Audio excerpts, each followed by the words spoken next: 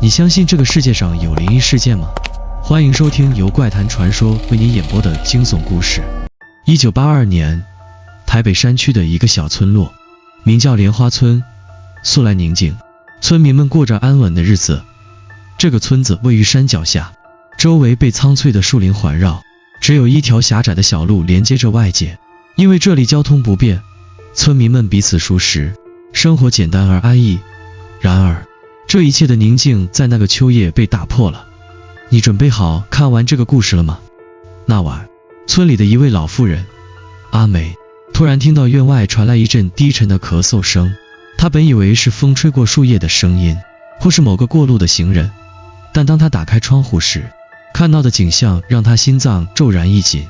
院中站着一个身形佝偻的男人，他的皮肤呈现出一种病态的苍白，面目模糊，像是覆盖着一层厚厚的尘土。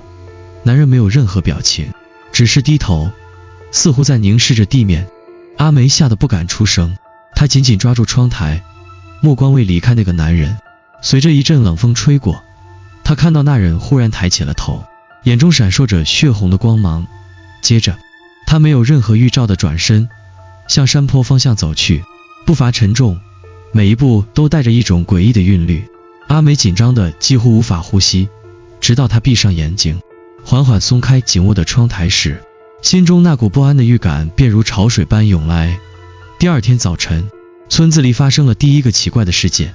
村民老李在山上放羊时，发现山坡上有一个坑洞，那洞深不见底，旁边竟然有几根被折断的树枝。老李走近一看，发现坑洞中竟然有一具干瘪的尸体，身上没有一滴血，仿佛被什么东西吸干了。老李心中一惊，急忙跑回村里，向其他人报告了此事。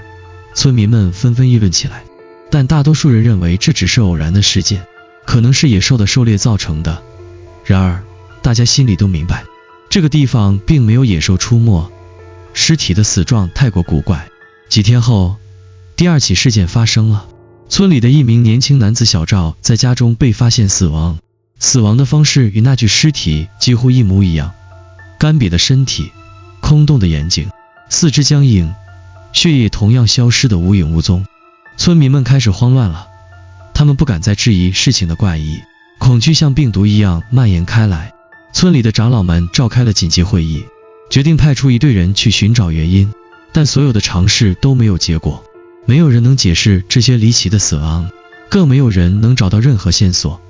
正当大家陷入绝望时，村中的一位老者王爷爷突然提出了一个建议，这些死去的人或许并不是死去的，而是被某种邪恶的力量附身了。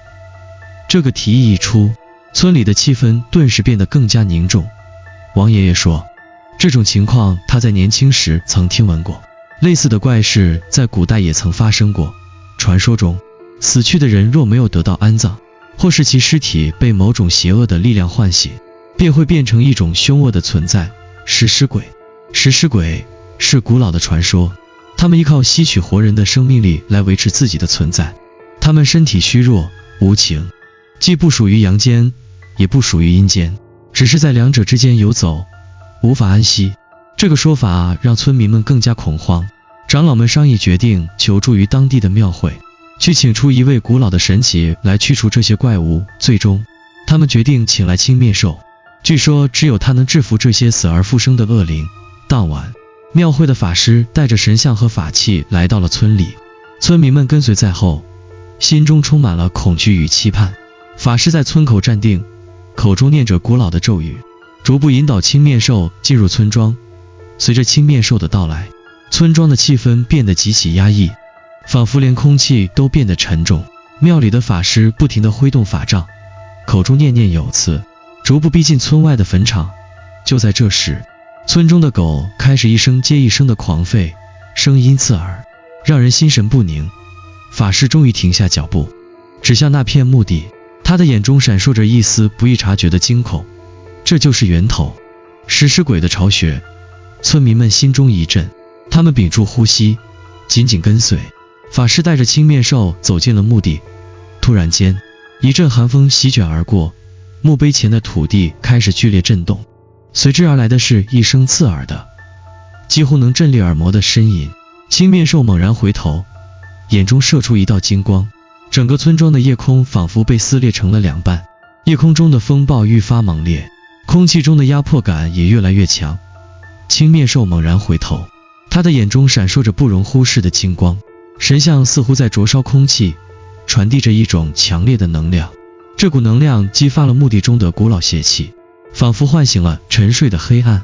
就在此时，土地再次剧烈震动，一个古老的、极度扭曲的身影从坟墓深处缓缓升起，身形弯曲，双腿不自然地拉长，仿佛他的骨骼随时都可能断裂。他的皮肤死灰色，充满了腐烂的气息，嘴巴裂开，嘴角流着黑色的液体，眼睛是深不见底的黑洞，仿佛能够吸走任何人的灵魂。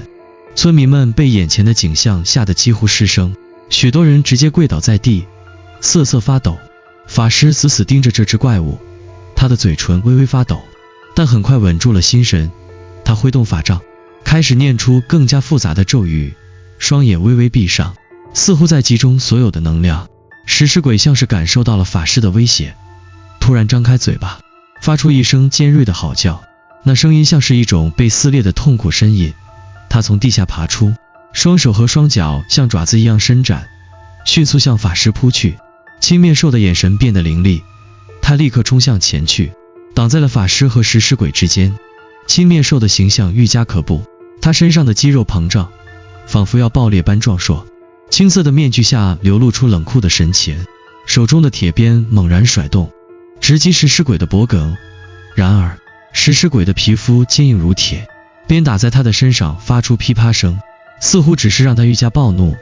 他猛然回身，挥动那双如铁钩般的爪子，撕裂空气，朝青面兽扑去。空气中的气流顿时紊乱，法师紧握法杖，嘴里再次念出了一个更加复杂的咒语。突然，一股强烈的白光从法杖的顶端爆发出来，照亮了整个墓地。那道光线准确无误地击中食尸鬼的胸口，将他的躯体瞬间炸开，黑色的烟雾弥漫而出，仿佛要吞噬一切。但即便如此，食尸鬼仍未倒下，他的身体像被不死的力量所支配，竟然开始恢复。他的四肢以一种诡异的角度弯曲，身体迅速愈合，几乎没有任何损伤。村民们眼睁睁地看着这一切，惊恐到无法动弹。王爷爷突然扑通一声跪倒在地，双手合十，开始低声祈祷：神灵保佑，神灵保佑，求你保护我们。法师的脸色越来越苍白，他知道单凭自己和青面兽的力量，恐怕无法完全消灭这个复生的怪物。就在他心生绝望之际，一股奇异的力量似乎在空气中扩散开来。突然间，天边一道闪电劈下，照亮了整个墓地，闪电的余波传遍四方。青面兽和食尸鬼的搏斗瞬间被这道光芒冻结，空气中的能量汇聚。法师感到自己体内的法力被无限放大，他猛然开口：这是神的力量。法师的声音回荡在山谷中，仿佛是与天灵相通的呼唤。就在这时，天空中突然出现了一道光柱，从天而降，穿透云层，直指食尸鬼。食尸鬼嘶哑地叫了一声，他的身形开始剧烈的扭曲，仿佛被什么无形的力量压迫着。随着那道光柱的照射，他的身体开始慢慢溶解、腐化，直至完全化为一堆黑色的骨灰，消失在空气中。整个墓地陷入了死寂，连风声都似乎停息了。村民们呆立在原地，许多人都无法相信眼前的一切。